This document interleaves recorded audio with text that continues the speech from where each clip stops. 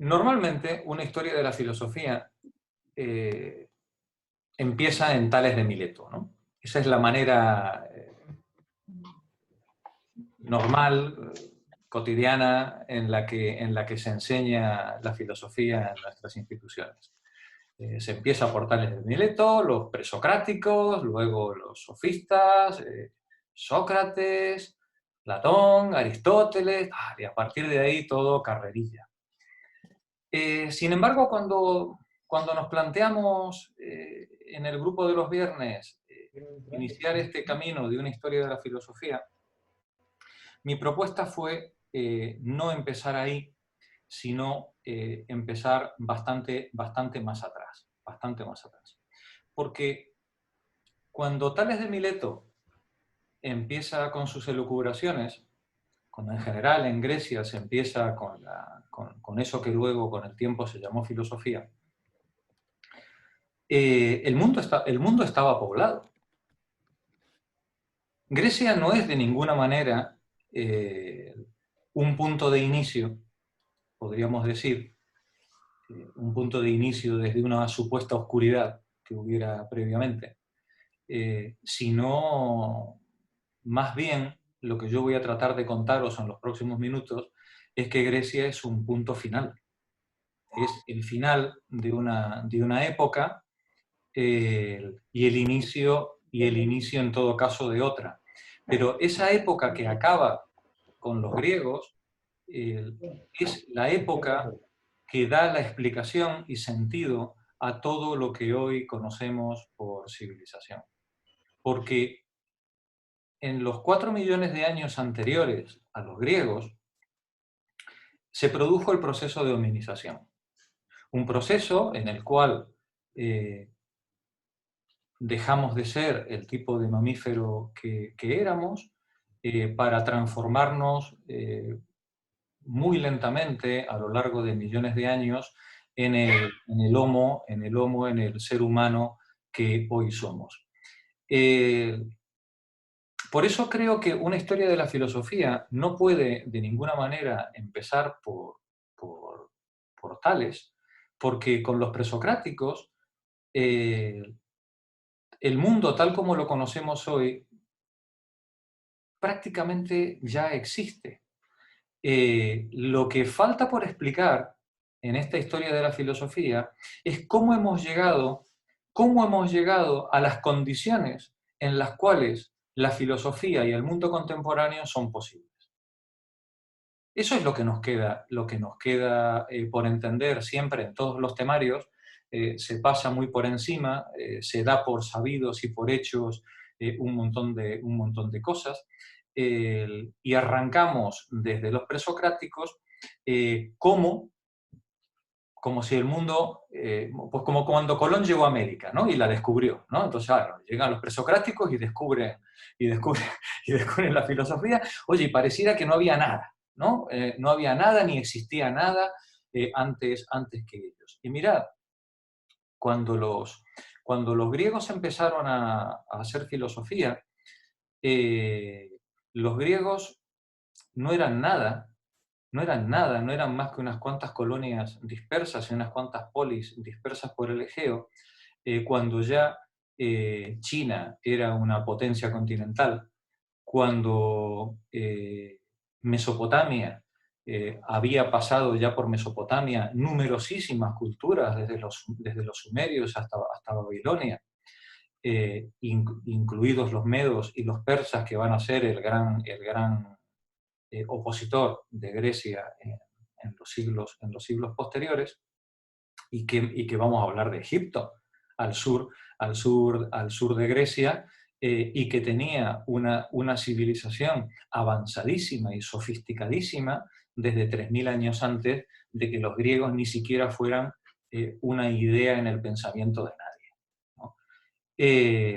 Entonces, claro, en este viaje no solamente era obligatorio, entiendo yo, entender cómo era el mundo cuando los griegos empiezan a reflexionar, quiénes son los opositores culturales, tecnológicos, militares, comerciantes de los griegos en el siglo 8 o en el siglo 7 antes de Cristo, cómo está el mundo repartido, cómo está Medio Oriente, cómo está África, cómo está China, cómo está India,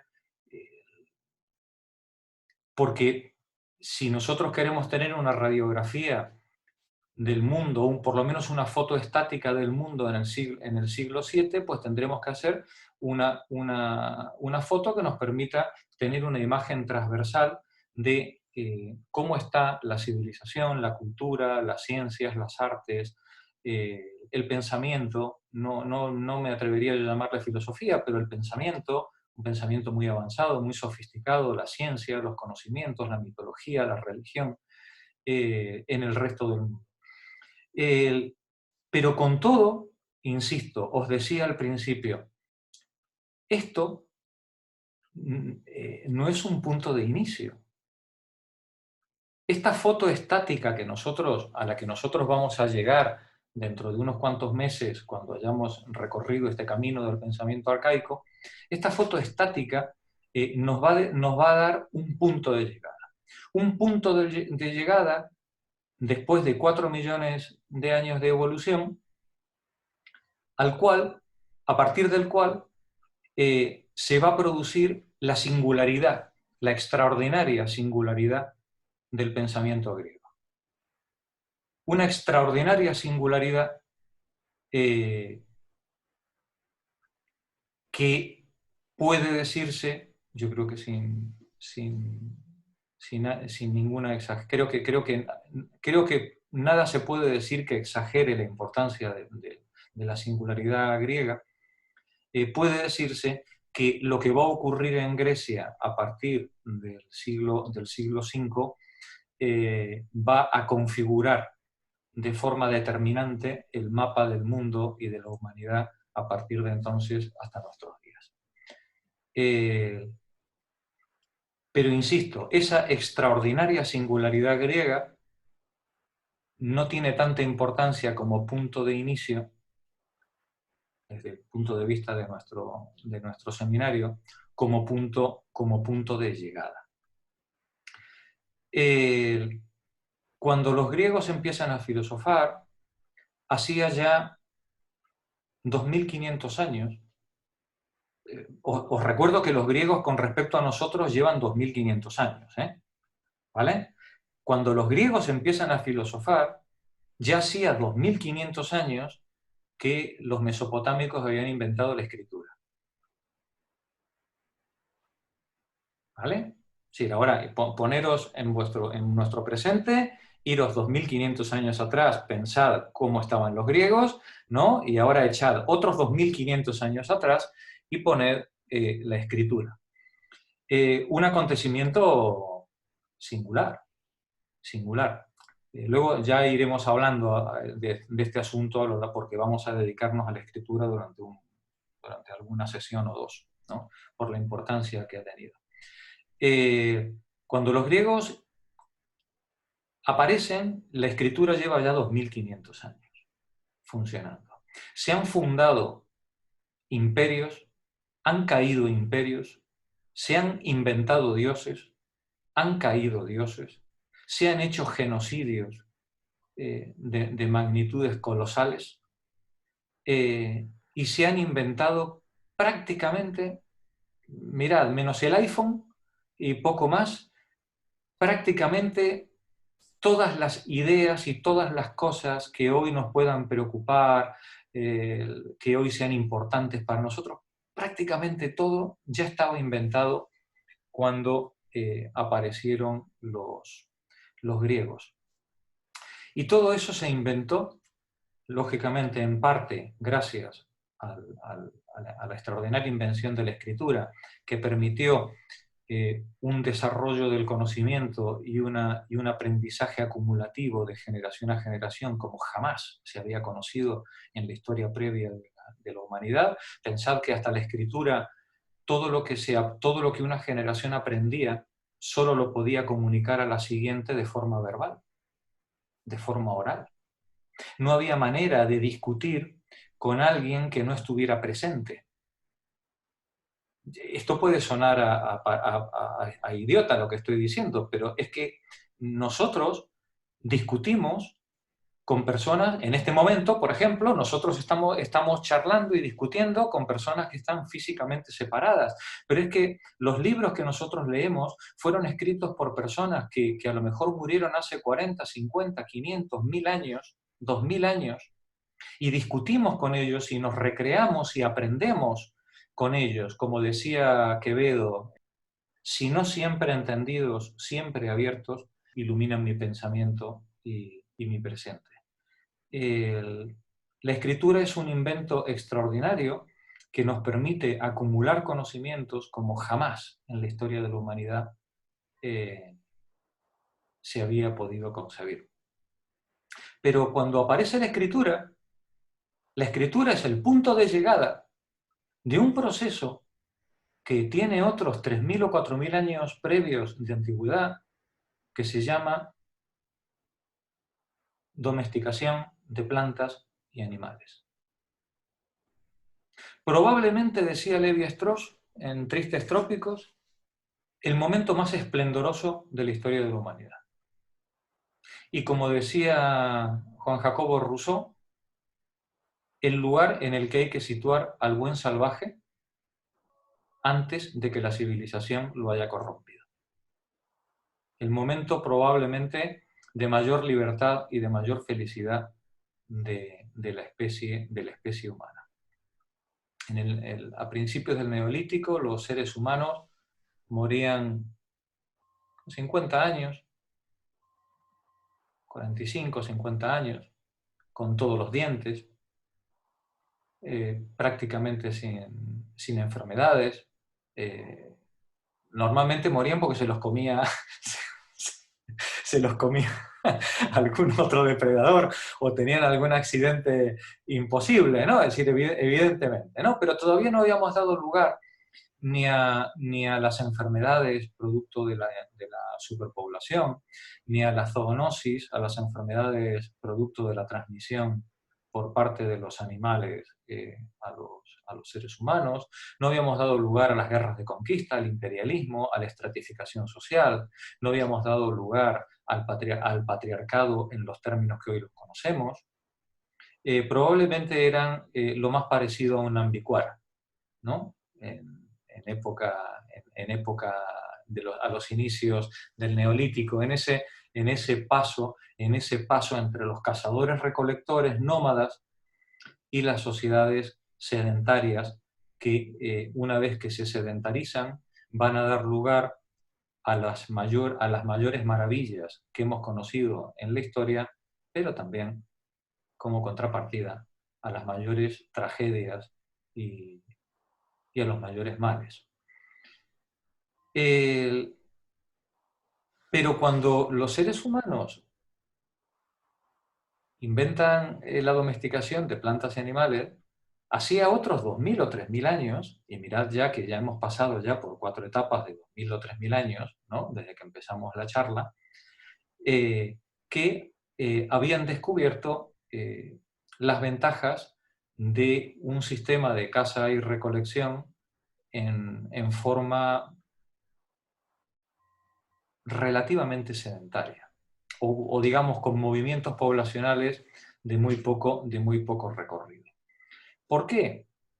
Porque acababa de terminar la glaciación, la última glaciación, y esta glaciación había empujado a las poblaciones, las había acogotado, sometido a un cuello de botella muy peculiar, había provocado la dispersión de la humanidad de los seres humanos que en ese momento había por toda la faz de la Tierra, y probablemente había sido el último golpe de presión biológica en la selección natural para forzar a las poblaciones o bien a adoptar modificaciones culturales o bien a someterse al peligro de la extinción por incapacidad biológica para hacer frente a los desafíos que tenían.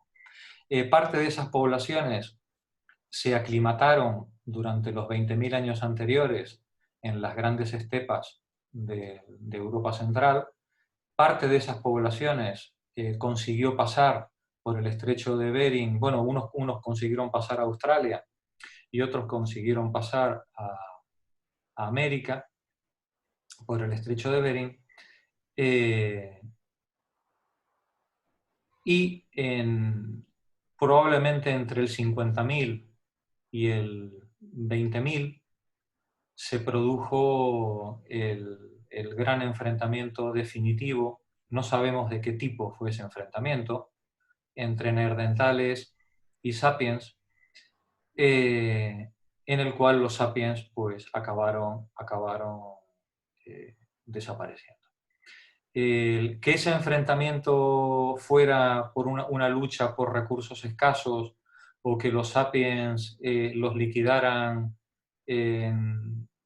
con enfermedades que les transmitieran, o que los sapiens o que los neandertales se extinguieran producto de una involución natural que hizo que fueran a la baja en su natalidad hasta la extinción. Bueno, no. Hoy las teorías están todas abiertas, no hay, solo se pueden hacer hipótesis al respecto. Solo lo único que sabemos es que allá por el 20.000 el último neandertal desapareció. Y además no desapareció de forma violenta. El último resto que tenemos es un hombre que murió de forma natural. Sin embargo, en ese enfrentamiento entre sapiens, o en ese enfrentamiento, sea o no bélico, en esa confrontación entre sapiens y neandertales, igual que con las poblaciones del este asiático,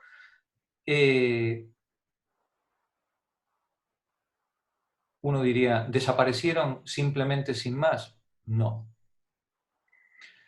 Parte del acervo genético de los neandertales que queda entre nosotros, entre el 1 y el 5%. Si se mira la población europea, pues solamente estamos hablando, según la zona, entre el 1 y el 5%. Bueno, pues de los neandertales heredamos un montón de cosas, no solamente en el acervo genético, pues probablemente la pigmentación de la piel, heredamos un montón de resistencias al frío, a algunas enfermedades, probablemente tolerancia a la lactosa. Sí, probablemente de los neandertales hemos heredado un montón de cosas que hoy o que fueron muy importantes durante la historia de la humanidad, pero heredamos muchas más cosas también de ellos. Heredamos toda una industria lítica, toda una tecnología, un control del fuego, artes funerarios, modos de organización, su enorme capacidad de adaptación al frío. Los neandertales vivieron en Europa durante toda la última glaciación y se adaptaron perfectamente a esa glaciación. Y entonces, bueno, pues creo que también merece en la búsqueda de nuestro aparato, de nuestro árbol genealógico, en la búsqueda de nuestros primos y de nuestros abuelos, creo que los neandertales van a merecer también pues un capítulo especial, como le vamos a dedicar a lo largo de estas sesiones, ¿no? Pero es que los neandertales no son el punto de inicio de ningún sitio tampoco. Los neandertales también son el resultado de una gran corriente migratoria que se produce hace 2 millones de años, en la cual pues una gran parte de los Homo que había en África toman la salida de África, y unos van a venir a Europa y otros van a colonizar el sur y el este de Asia. Y esa gran masa migratoria que va a salir en su momento de Centroáfrica, también sale, igual que la de los sapiens, también sale por un cuello de botella provocado probablemente por una glaciación y una desertización que agota los espacios en los que están y empuja a las poblaciones a buscar medios de vida en tierras más fértiles o más amables, ¿no? Y entonces uno podría pensar, dice, uy, qué bien, entonces ya hemos encontrado nuestro origen de los homos. No, porque estos primeros homos, que podríamos decir los habilis, que son los que poblaron África, a su vez también, que son, podríamos decir realmente, son nuestros verdaderos abuelos a los que les deberíamos poner eh, el monumento a la humanidad, se la deberíamos poner a un habilis, por más de que hoy nadie querría tener a un habilis como vecino, ¿no? Seguramente, si, nos inquietaría bastante, ¿no? Tenerle, tenerle en el mismo rellano que nosotros. Bueno, pues que sepáis que eran hombres y mujeres como nosotros, aunque su aspecto fuera bastante diferente, y fueron los grandísimos inventores de la historia de la humanidad. Fueron los inventores de la herramienta. Fijaos, la mayoría de las especies de los mamíferos superiores son capaces de utilizar herramientas.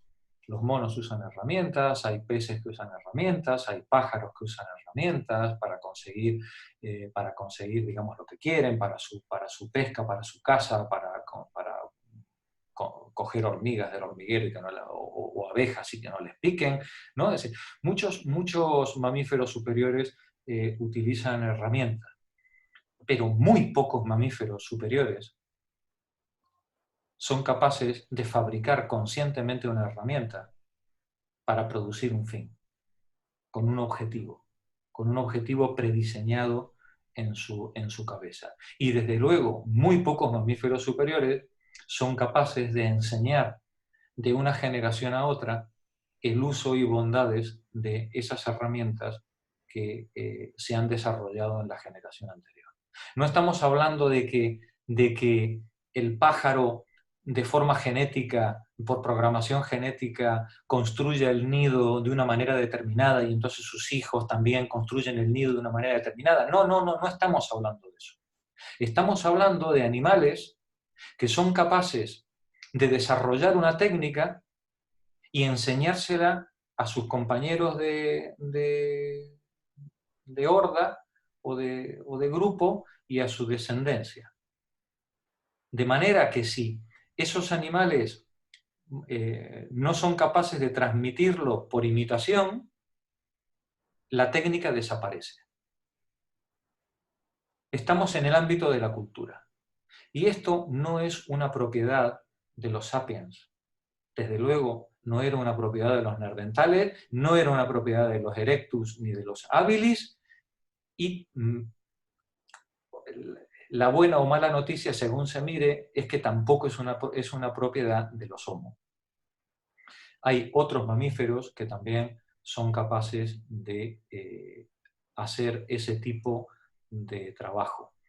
Lo que indica que el proceso por el cual la selección natural fue desarrollando en los distintos animales la inteligencia y la adaptación al medio por medio de la inteligencia, es un proceso muy largo de desarrollo genético por evolución, en el cual nuestra familia, los homínidos, los humanoides y homos, somos simplemente pues, una parte, la última superviviente de toda una cadena de millones de años de descendencia y de desarrollo de la inteligencia sobre todo especialmente en los mamíferos superiores. Por eso, este seminario lo vamos a intentar empezar por donde decía Sartre, dice, por donde todas las historias empiezan, y es por el final. Decía Sartre, siempre creemos que una historia se cuenta desde el principio. No, las historias no se cuentan desde el principio. Una buena historia siempre se cuenta desde el final. Se pone el punto final en un momento determinado, se mira hacia atrás y se dice, te voy a contar cómo llegamos hasta aquí. Ese contar cómo llegamos hasta aquí es la historia de la filosofía que vamos a intentar arrancar hoy. Una historia de la filosofía que no solamente va a ser una historia del pensamiento abstracto, como siempre se ha considerado, sino que va a ser una historia que va a intentar comprender el marco político, económico, geográfico, histórico, en el que los pensamientos se van desarrollando, y una génesis, vamos a hacer un estudio genético, una génesis de las condiciones de posibilidad que dieron lugar a ese pensamiento. Vamos a intentar, con toda modestia, con toda humildad, porque no somos ni especialistas, ni lo pretendemos, ni pretendemos descubrirle nada a nadie, vamos a procurar hacer una historia del pensamiento de carácter antropológico, desde los inicios de la hominización hasta, si somos capaces dentro de 20 años, pues hasta Hegel, ¿vale? Como Marx ya lo tenemos visto, pues nos lo podemos ahorrar, ¿vale? Bien, os voy a mostrar, que os he preparado para que tengáis el resumen en la cabeza, os voy a mostrar lo que os acabo de contar en unas gráficas para que os hagáis una idea. Este cuadro que tenéis delante vuestro es, podríamos decir, una historia del crecimiento de la humanidad. Pues aquí este pobre que hizo el cuadro lo sitúa en 2, 5 millones atrás y lo saca de escala, ¿no? Es decir, va a escala hasta el año 7000 antes de Cristo, y de ahí se sale de la escala porque si pusiéramos el cuadro a escala, no nos cabe en la pantalla, ¿vale? Es decir, es necesario sacarlo de la escala para poder ver. Alcanzamos los 100 millones de habitantes aproximadamente en el 1000 antes de Cristo. Lo que interesa ver en esta gráfica es lo plana que es. Es una gráfica que a lo largo de millones de años se mantiene plana. Plana. Y empieza a crecer, ¿cuándo? Empieza a crecer, pues a partir del año 1, podríamos decir, del año 1000, si quisiéramos. ¡Hoy! Y en el 1300, ¿veis ahí? ¿Se ve mi ratón? Sí. Sí, ¿no? ¿Veis ahí ese agujerito? Sí. Sí, la peste, La peste negra, el COVID, claro. el COVID del 1348, ¿eh? Donde se llevó por delante una buena parte, al 30% de la población europea. Y fijaos qué barbaridad el crecimiento de la población a partir del 1500. Quedaos con esto, porque insisto que este gráfico no está a escala y entonces pues puede llevar a errores. Lo que me gustaría que vierais en este gráfico es que la edad de piedra, la New Stone Age, prácticamente mantiene la población horizontal. La edad de bronce prácticamente no genera incrementos poblacionales. La edad del hierro prácticamente no genera incrementos poblacionales. La edad media es como que vamos en una... Sí, vamos aumentando, pero muy lentamente, muy lentamente. Porque las poblaciones humanas, igual que las poblaciones biológicas en general, se adaptan a la capacidad de sustentación de su entorno de acuerdo a la tecnología que tienen. Y es que la tecnología humana, hasta el 1500, prácticamente no varió. El ser humano siguió viviendo anclado a la Tierra prácticamente hasta el descubrimiento de América. Y eso hizo, pues bueno, pues que la capacidad de sustentación del planeta con respecto a su población se mantuviera pues relativamente estable. Y vosotros diréis, ¿y todo el resto de los niños que nacían? Pues bueno, pues o se morían de mayores o se morían antes De procrear. de procrear, o infanticidio, aborto, infanticidio, enfermedades, muerte por inanición y en el peor de los casos, pues muerte por guerra. Bien, esta planicie de la escala de la población, de la densidad de población, tenedla presente. Este gráfico, que me encanta, este gráfico es muy bonito, este lo tenéis en el archivo de Wikipedia que os pasé sobre la evolución humana. En este gráfico se combina la expansión de las distintas especies de Homo por continente y por épocas. Desde el Homo ergaster, 2 millones de años antes de Cristo, cuando sale de África. Fijaos, sale de África el Homo ergaster y ocupa alrededor del 1800, empieza a entrar en Asia y empieza a entrar un poquito en Europa, pero veis que viene de un cuello de botella, ¿verdad? ¿Sí? Viene de un cuello de botella que le ha provocado la glaciación anterior. Ese cuello de botella le obliga a emigrar, el Homo ergaster emigra y va ocupando partes del norte de África y el sudeste asiático y el este europeo. Parte de esos Homo ergaster van a transformarse en el Homo erectus, que va a ocupar Asia, y el Homo erectus va a ocupar Asia durante el siguiente millón de años. 1 millón de años, chicos. Me gustaría que fuerais tremendamente conscientes y humildes de vuestra pequeñez cuando sacamos pecho de nuestros 2000 años de historia grecolatina. 2000 años en esta escala no se puede ni dibujar con una raya. ¿Vale? Toda nuestra existencia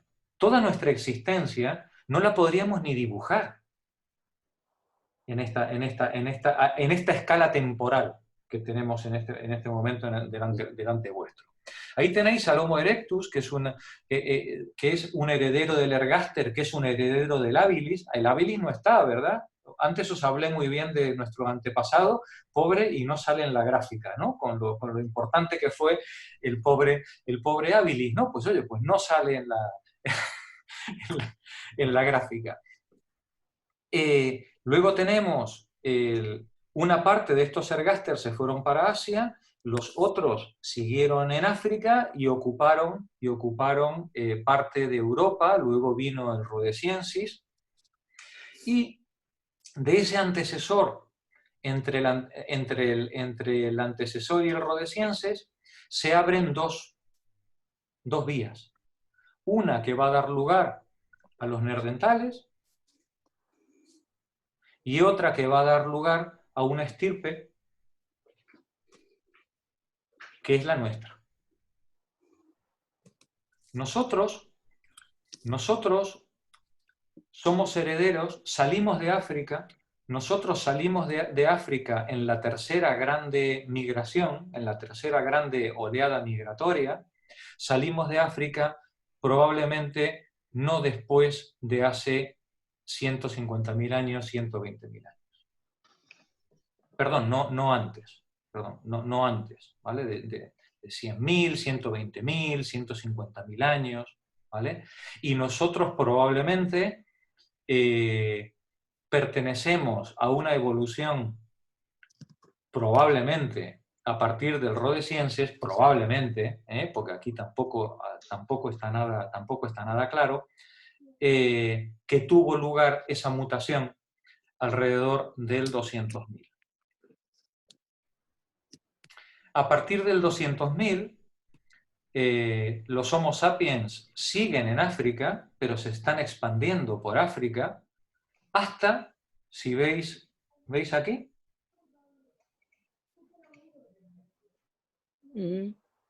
Aproximadamente el 80.000. Y en el 80.000 hubo algo que hizo que los sapiens salieran de África y entraran en Europa por Oriente Próximo, y otros sapiens se fueran hacia Asia. Y desde ese momento, la convivencia entre sapiens y neandertales fue la que fue, hasta la extinción de los neandertales en el 20.000, y los descendientes del Homo erectus en Asia también desaparecieron, probablemente o por nuestro contacto o por causas absolutamente naturales, que no lo podemos... bueno, teorías hay sobre esto, pues todas las que queramos, ¿no? El hecho es que no lo sabemos, pero sí sabemos lo que ocurrió. Y lo que ocurrió fue que en el 80.000 hubo algo que hizo salir al Sapiens. Y también sabemos que el Sapiens, cuando sale de África, escasamente son 2.000 personas.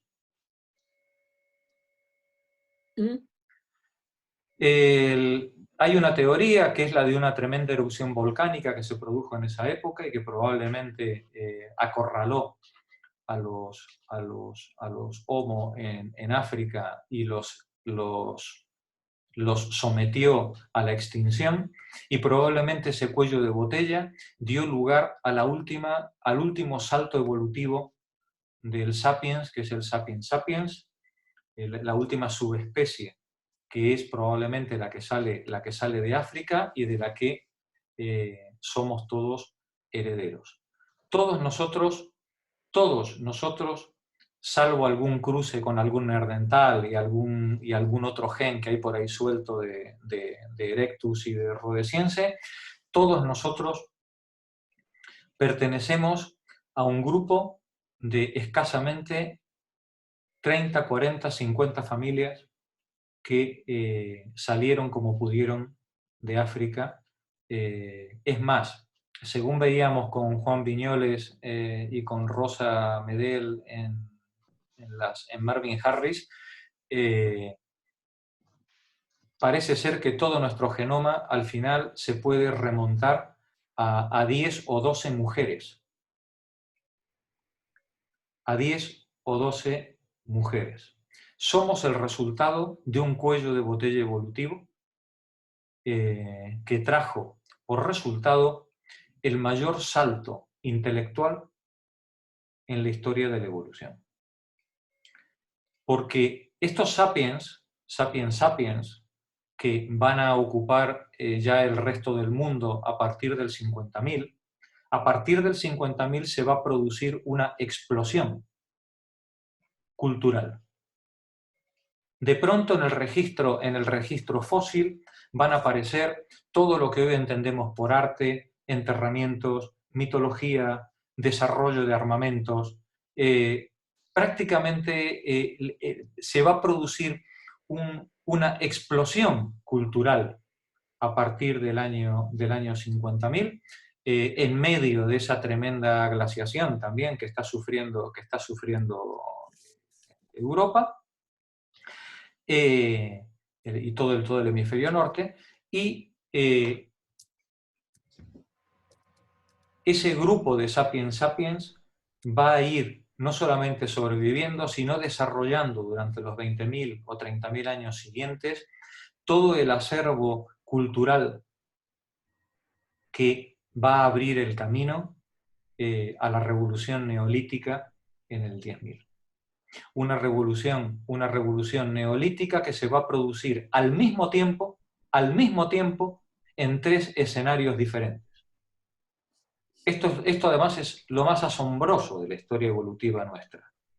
El salto al neolítico se va a producir al mismo tiempo en América, en el sudeste asiático y en la Mesopotamia.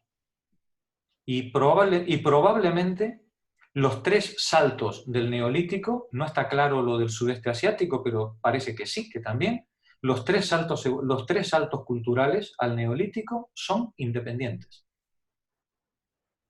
Están separados, el de América está retrasado, decalado 3.000 años, pero es absolutamente independiente. Porque los sapiens que cruzaron a América en el 12.000 eran cazadores, no sabían cultivar. Inventaron el cultivo después de que el estrecho de Bering se cerrara. Es decir, sin contacto cultural con los que habían inventado la agricultura en Asia o en Mesopotamia. Aquí tenéis en el siguiente mapa, aquí tenéis la evolución de los sapiens. Aquí tenemos en la primera flecha, nos dice que alrededor de 150.000 años es de donde podemos datar el ADN nuestro, en el centro de África. Sabemos que allá por 70.000 años atrás llegaron al sudeste de Asia Menor. Sabemos que allá por el 50.000 entraron en Europa y lógicamente entraron en colisión con los neandertales que llevaban ahí la tira de tiempo ya viviendo. Sabemos que allá por el 20.000 o 30.000 entraron en las estepas de Asia Central y unos se fueron hacia el norte, hacia el lado de los vikingos y los rusos, y otros se fueron hacia el este en dirección al estrecho de Bering, probablemente persiguiendo la caza mayor, probablemente persiguiendo a los mamuts, a los grandes herbívoros de los que vivían. Y sabemos que allá por el 50.000 cruzaron Australia, que en esa época, debido a la glaciación, había paso fácil entre todas estas, o debería haber habido paso fácil, y sabemos que allá por el 15.000 cruzaron a América y fueron ocupando muy rápidamente, porque fijaos que apenas en 2.000 años ya tenemos evidencias de estos sapiens sapiens en el sur de América. En fin, un viaje fascinante el de estas 2.000 personas, el de estas 50 familias que fueron poblando todo el mundo, probablemente en virtud de su inteligencia y de su capacidad de socialización. Probablemente su gran recurso adaptativo, y que fue lo que le permitió a estas 50 familias enfrentarse a desafíos de esa magnitud. Os invito a que vosotros penséis en intentar un viaje como ese, con toda vuestra inteligencia y con vuestros iPhone y con todo vuestro aparataje, ¿no? Probablemente esta gente solo pudo hacer esta proeza. Después decimos de Colón, ¿no? Esos eran chorradas, ¿no? Proeza la que hace esta gente, ¿no? Que ni siquiera saben a dónde va. Esta gente probablemente su gran herramienta fue además de la inteligencia, de una inteligencia evidentemente superior al resto de los homos que en ese momento había sobre la Tierra, probablemente está su capacidad de socialización. El lenguaje, la capacidad simbólica, las herramientas de trabajo colectivo que permiten que 10 personas sumen más que 10 individuos. Que 10 personas organizadas tengan una capacidad de acción, de transformación del mundo y de enfrentarse al mundo y de protegerse del mundo infinitamente superior a la fuerza bruta de la suma de esos 10. Esa debe haber sido sin duda la gran herramienta, una herramienta que se tenía que basar necesariamente en la comunicación. Y es que todo indica que la modificación genética que dio lugar al desarrollo pleno de nuestra capacidad lingüística, no solamente en cuanto a la expresión, sino en cuanto a la capacidad de interpretación simbólica de nuestro cerebro, probablemente esa última modificación genética es la del sapiens sapiens, que tiene lugar pues no más allá de entre el 80.000 y el 50.000. Y aquí sí tenemos la curva, donde tenemos en el 70.000 estas 2.000 personas, que son 1 millón en el Neolítico, y que van a ser 1.000 millones en 1000,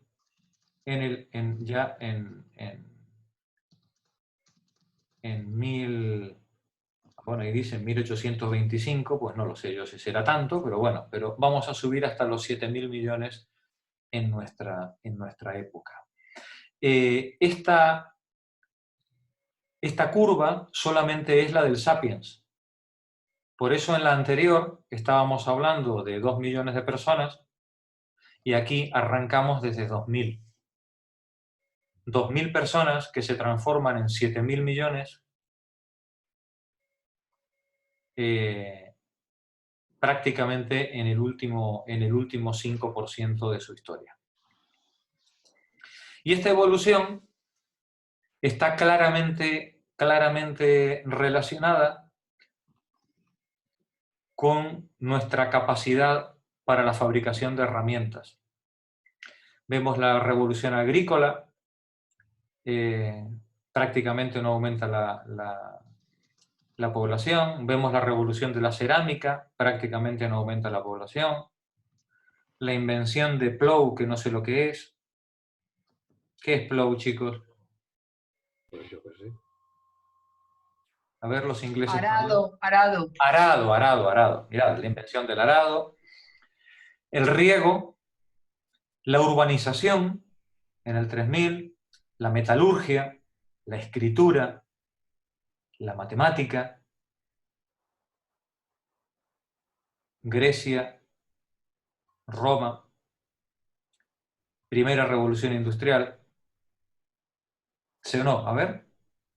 Segunda revolución agrícola. El arado de hierro. La invención, la utilización del hierro en la agricultura. Esto debería estar aquí. Estamos fuera, porque si este es el 2000 debería estar aquí. Esto está fuera de escala también.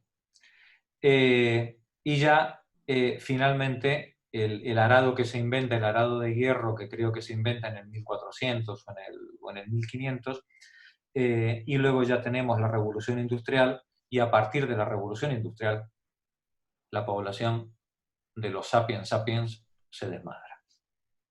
Y ya es una acumulación masiva, geométrica, de invento sobre invento, de capacidad de control de la naturaleza sobre la capacidad previa y, lógicamente, una expansión de la población proporcional a nuestra capacidad para extraer recursos del medio.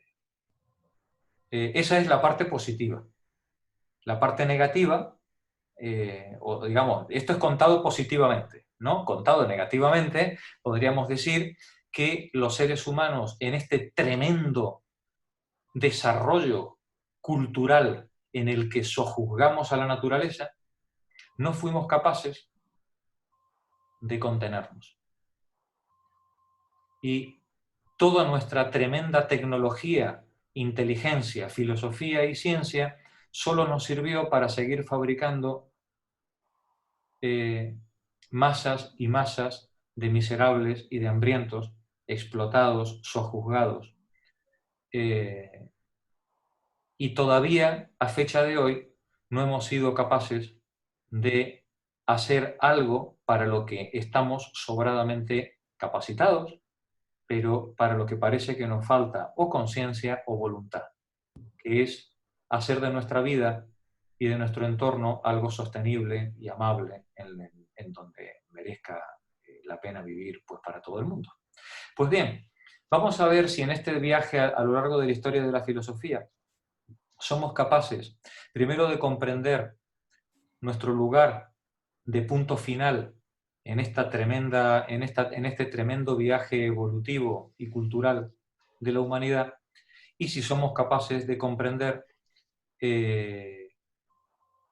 las enormes posibilidades y errores de nuestra manera de comprender el mundo que hemos heredado también de nuestras generaciones anteriores, ¿no? Porque nosotros de los griegos no solamente heredamos la tragedia, ¿no? También heredamos, pues, la manera asimétrica de gobernarse y de explotar y de esclavizar a nuestros prójimos, ¿no? Es decir, no toda nuestra herencia cultural es una herencia que hoy podríamos considerar positiva, pero fuera la que fuera, es nuestra herencia. Entonces, bueno, pues vamos a ver si en este viaje somos capaces de entender en qué consiste esa herencia y qué podemos aprender de ella para hacer nuestro presente y nuestro futuro mejor. Bueno, vamos a empezar la lectura. Capítulo 1, los albores del pensamiento. Cuando yo elijo un texto, yo tengo que procurar, o digamos, mi objetivo es que el texto, además de ser relativamente riguroso, esté bien escrito y tenga, pues, cierta belleza estilística que haga que su lectura, pues, sea amena e incentive, digamos, al esfuerzo de comprensión. Esto no es fácil encontrarlo, porque los eruditos tienen la costumbre histórica de hablar hacia su axila, ¿no? Los eruditos se miran al espejo, se ven tremendamente guapos, ¿no? Y entonces hablan para sí mismos. Es muy difícil ¿no? Encontrar eruditos que hagan el esfuerzo de, además de ser rigurosos, pues ser claros, ser sencillos, no utilizar un vocabulario técnico excesivo, porque cuando empezamos a usar palabras de las distintas especialidades, al final terminamos restringiendo la capacidad de comprensión de nuestro auditorio y con ello restringimos a nuestro auditorio. Es decir, condenamos a nuestro texto a que solamente pueda ser discutido entre iguales en la academia. Y para eso ya está la academia. Para peleas de falos entre eruditos, eso lo hace muy bien la universidad. Y los congresos de ciencias y tal, eso lo hacen maravillosamente. Lo que no hace muchas veces la gente, el erudito, el académico, es tomarse el trabajo de exponer sin hacer una caricatura, ¿no? sin llevarse por delante lo que quiere transmitir. Claro, a veces no es que no sea fácil, a veces es que no se puede, ¿no? Es decir, cuando uno dice, ay, ¿cómo? Voy a ver si explico la teoría de la relatividad o la teoría o la mecánica cuántica o o la teoría atómica y la voy a explicar para gente que no tenga estudios de secundaria. Pues mira, pues no se puede, ¿vale? Sí, no, ya está, no se puede, no se puede. Y probablemente ni siquiera puedas hacerlo con gente del nivel universitario, si no es de un nivel muy avanzado en ciencias y en ciencias especializadas. Entonces, hay cuestiones que evidentemente eh, exigen una acumulación de vocabulario técnico y una formación previa, y hay conocimientos a los que tú no puedes acceder si no es con un montón de peldaños previos y de ayudas y de muletas, ¿no?, con las que vas construyendo pues, tus posibilidades de acceder al conocimiento. Pero hay otras partes del conocimiento a las que sí se puede acceder con un vocabulario y una formación propias de una persona culta de nivel de bachillerato. Una persona leída, una persona que da igual lo que haya estudiado, pero bueno, pero tiene vocabulario, ha leído novelas, ha leído tal, y entonces pues con ese vocabulario puede acceder. Bien, los libros de divulgación de calidad, están dirigidos a ese público. Están dirigidos a un público culto, con ganas de aprender, pero que no es especializado. El objetivo de los seminarios no es estar a la última en el desarrollo científico y técnico, sino tener o tratar de conseguir lo que la mayoría de la gente no puede, no tiene acceso. Y esa es la visión de conjunto. Ver el problema en su totalidad. Ver el problema en su totalidad implica ser capaces de comprender y manejar conceptos estructurales fundamentales y poder ver el movimiento del fenómeno en su conjunto, para poder rumiarlo y poder entender nuestro lugar. Si intentamos profundizar demasiado, por un lado, corremos el peligro de perder a gente que no tiene interés en esa profundización, pero además, si intentamos profundizar demasiado, corremos el peligro de perder la visión de conjunto. Y ahora explico por qué elegí este texto. Este texto, evidentemente, es un texto de 1983. Y en arqueología y en antropología va todo tan deprisa, los descubrimientos se acumulan a tal velocidad que, así como este texto de 1983 dejó en la prehistoria a los textos de 1960 o 1950, probablemente dentro de 10 años los textos que hoy leamos pues también formen parte de la prehistoria. Y sin embargo,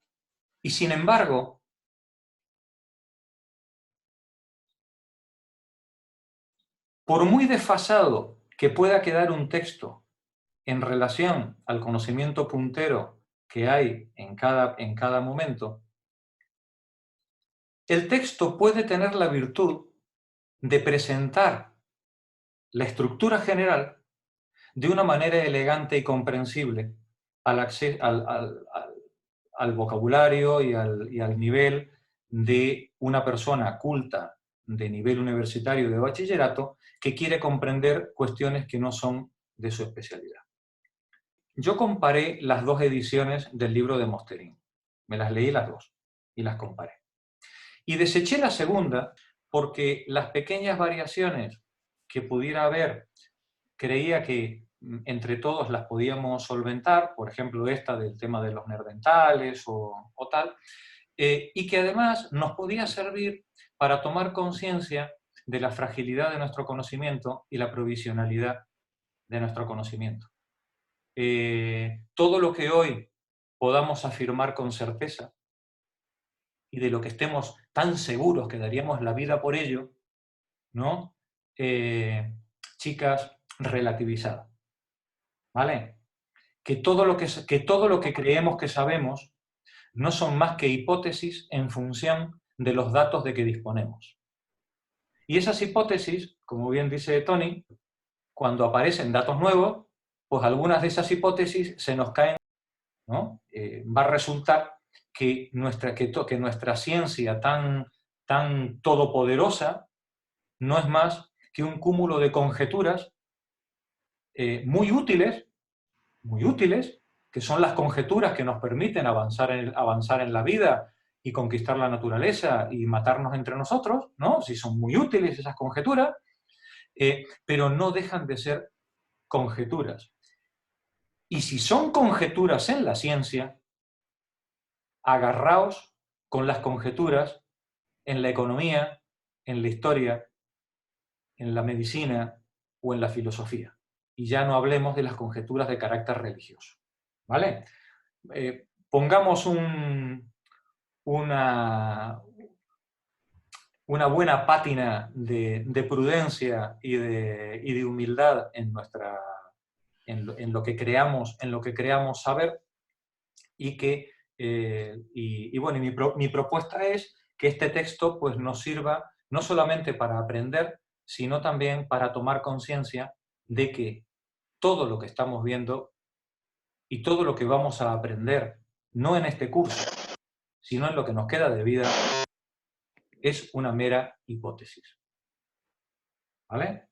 Y además, bienvenida sea, porque sin esta hipótesis estábamos muertos. ¿Vale? Así que no solamente es provisional, imperfecto y con toda seguridad erróneo todo lo que hoy creemos saber, sino que además es lo único que podemos saber. Es la única herramienta que tenemos para avanzar en la vida. Esa es la justificación de este texto y también es la justificación del texto de Chester Starr. Y uno podría pensar, joder, ¿no ha cambiado nada la investigación desde 1974 hasta ahora? Sí, claro que ha cambiado mucho. Pero no ha cambiado tanto como para modificar las líneas generales del problema.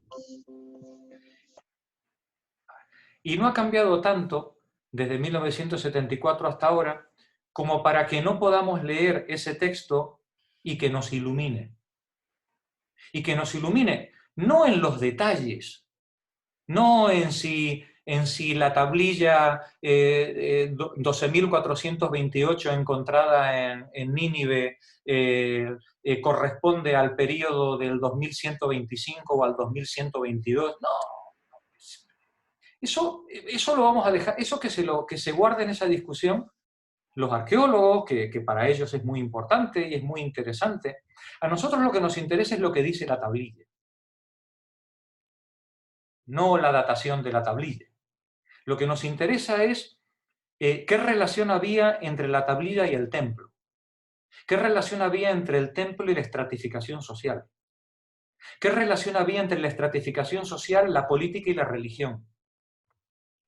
¿Qué ocurrió en la agricultura que justificara que de pronto aparezca una clase dirigente que se ha especializado en el uso de las armas?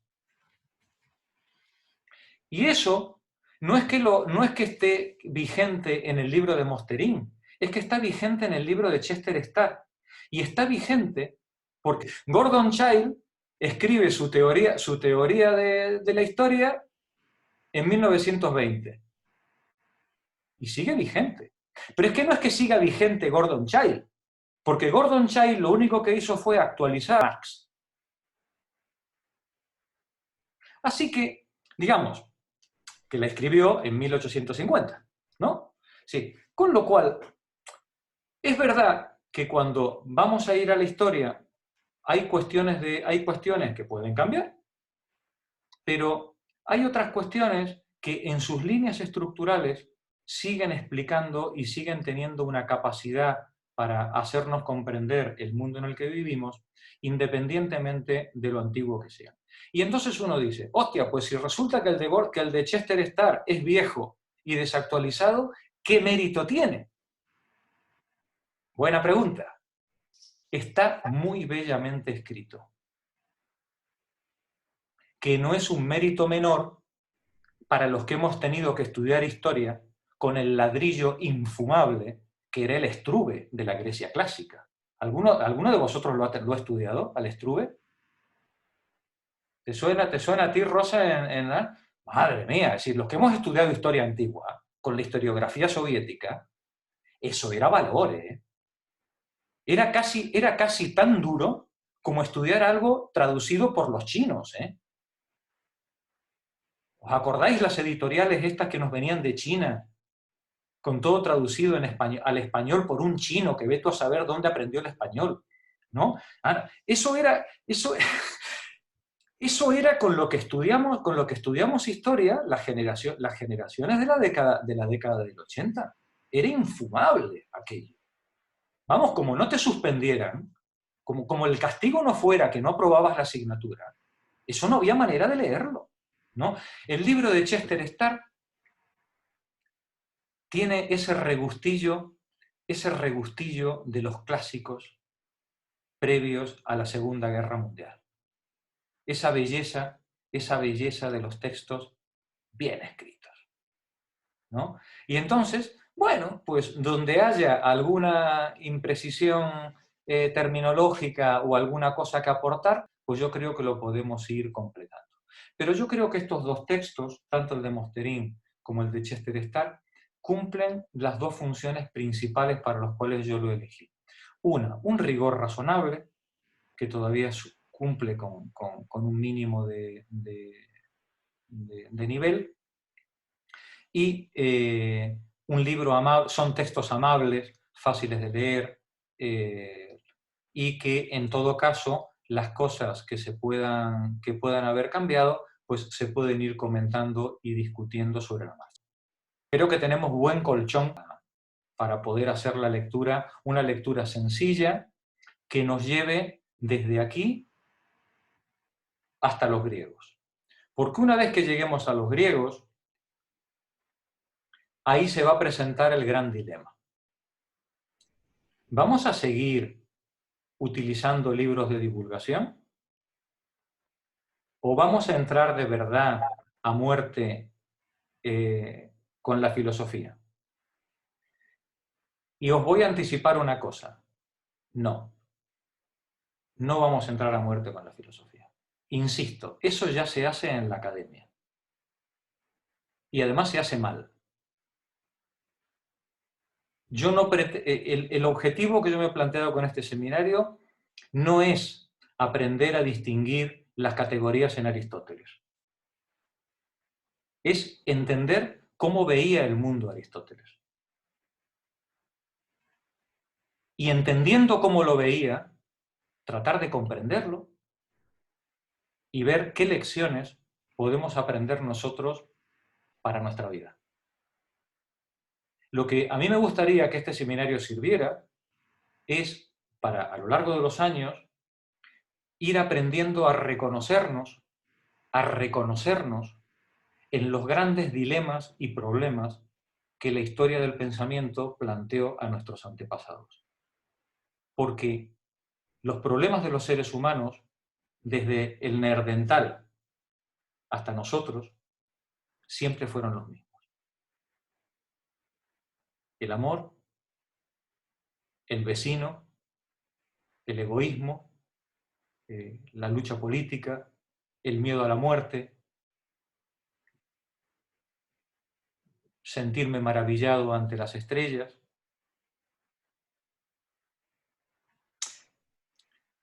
Y cuando nosotros estudiemos uno a uno las distintas maneras en que los distintos pensadores y las distintas civilizaciones fueron dando respuestas, sus hipótesis a los problemas, a los miedos, a las dificultades con las que se iban enfrentando,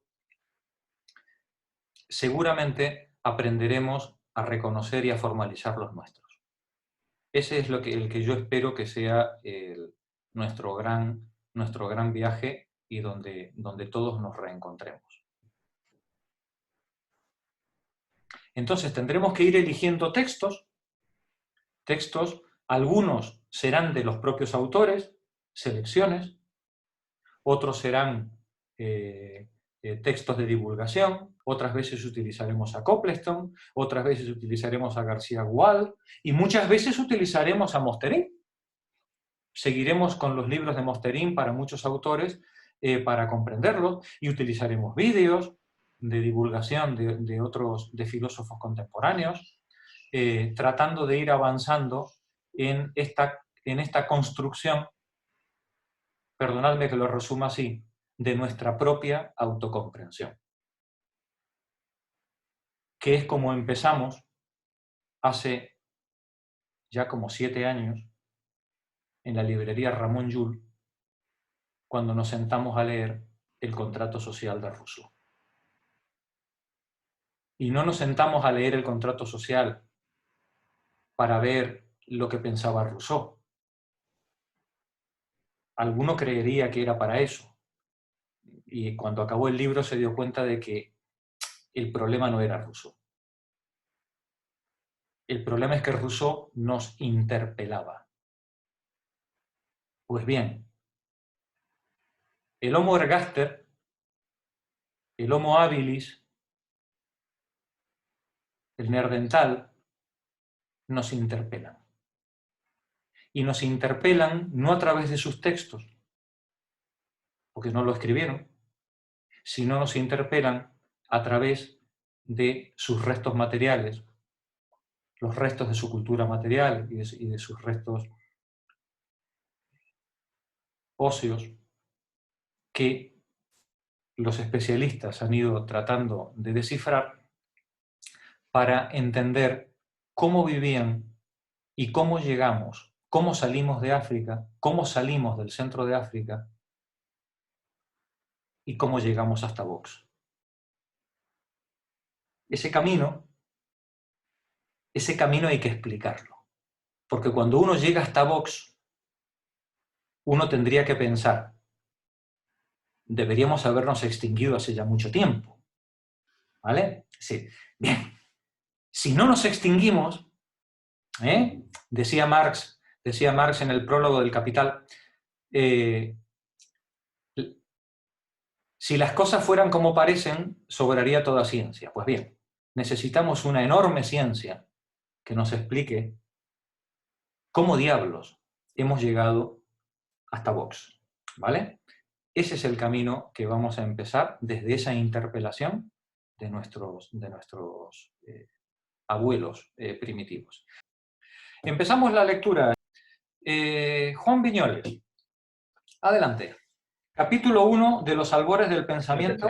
Solo podemos historiar en serio aquellos pensamientos que fueron fijados por escrito y que han llegado hasta nosotros de una forma que permite su lectura e interpretación, por problemática que ésta sea. Pero el pensamiento no empezó con la escritura. Hay pensamiento desde que hay animales pensantes.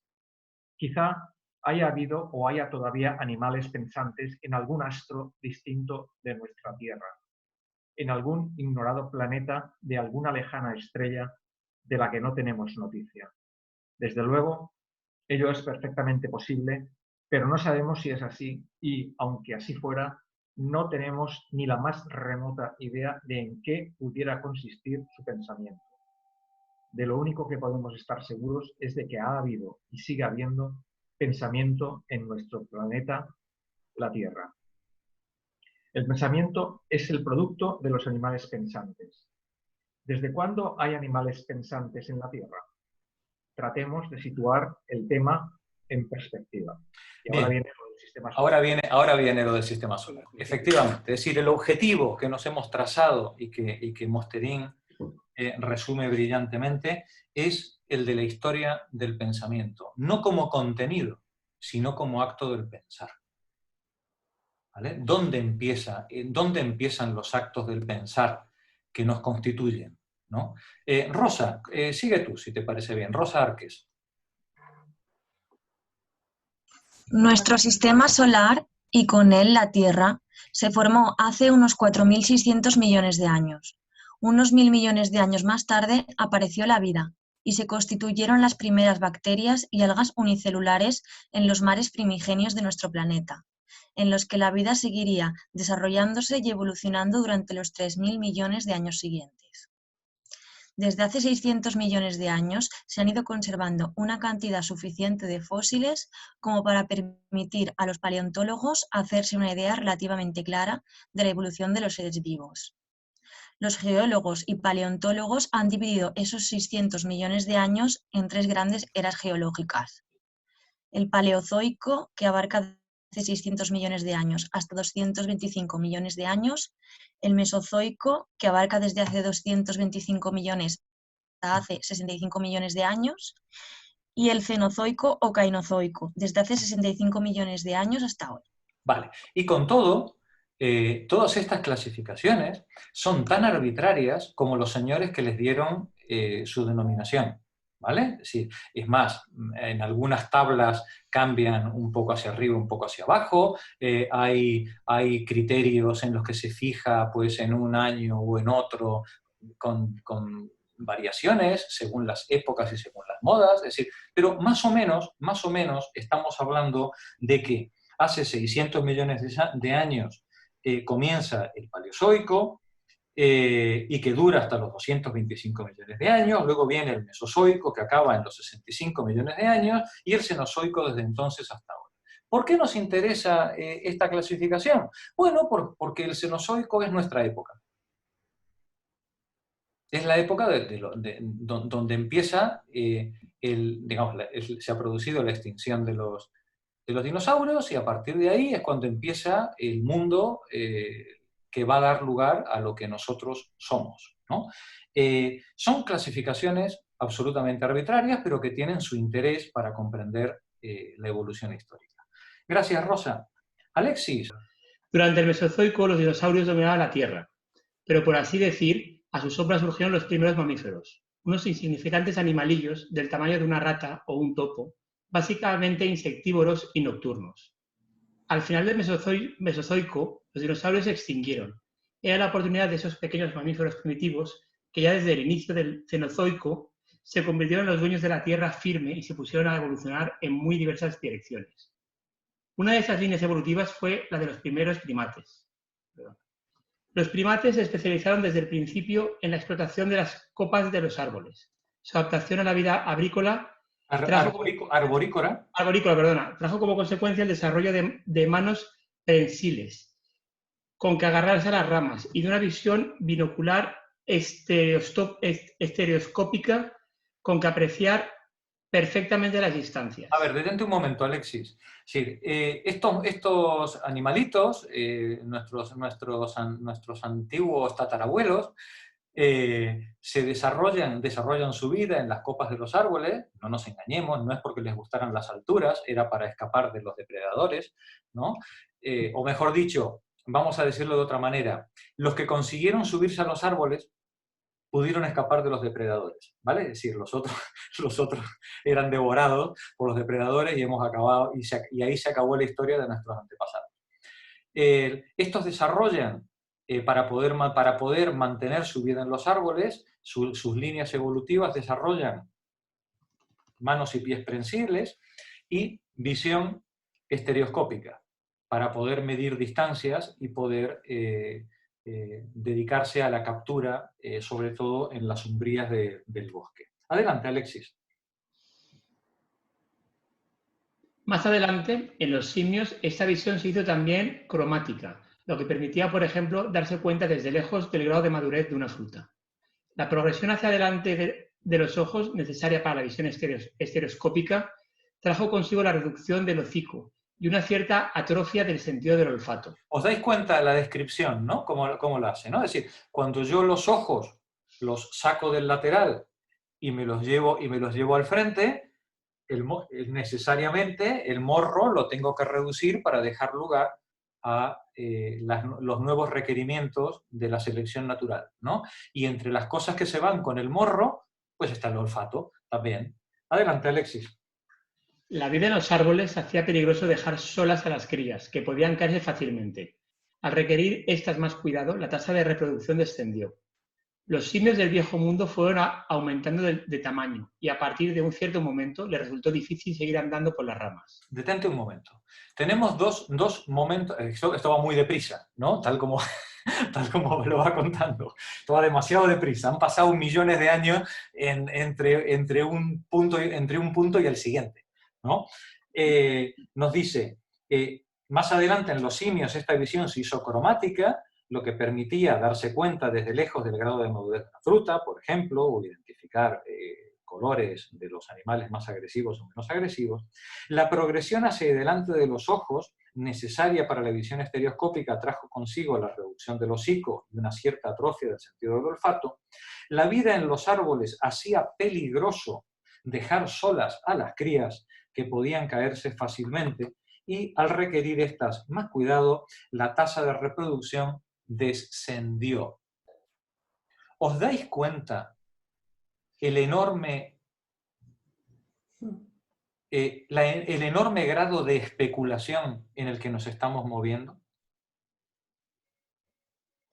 Y esto no le quita cientificidad al texto, es decir, simplemente me gustaría que fuéramos conscientes de que una teoría científica no es más que una especulación sólidamente fundamentada, sobre datos empíricos, con razones para dar explicación, con argumentos para explicar correctamente por qué estamos afirmando lo que estamos afirmando, pero no deja de ser una especulación, ¿no? Decir que la vida en los árboles hacía peligroso dejar a las crías solas y que podían caerse fácilmente, y por tanto al requerir más cuidado, fijaros la cantidad de cosas que hemos ya especulado, la tasa de reproducción descendió. Lo que sabemos es que la tasa de reproducción descendió.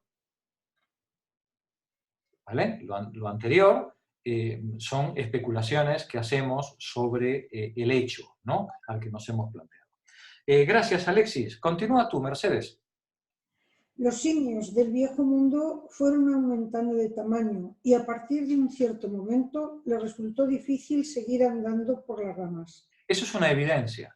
Un simio de 80 kilos lo tiene difícil para moverse, pues, por las ramas. Es más, lo tienen sobre todo difícil las ramas, ¿no?, para aguantar al simio. Adelante. Pasaron a colgarse de ellas y empezaron a descender al suelo. Actualmente los papiones pasan la mayor parte del tiempo en el suelo. Detente un momento, por favor. Los árboles. Los papiones, decías, pasan la mayor parte del tiempo en el suelo. En el suelo, aunque duermen en los árboles. Los chimpancés se desplazan de un sitio a otro por el suelo, pero también se retiran a los árboles a dormir. Los gorilas incluso duermen en el suelo, pero siguen subiendo de vez en cuando a los árboles de la selva en que habitan. Hubo también un tipo de simios que abandonaron definitivamente los árboles y se establecieron permanentemente en el suelo. Fueron y somos los homínidos. Detente un momentito, por favor. Aquí tenéis aquí podéis ver las diferentes tipologías, desde los papiones, cuadrúpedos, que están viviendo en el suelo permanentemente, el chimpancé, extraordinariamente parecido a nosotros en tantas cosas, y con una inteligencia superior, el gorila,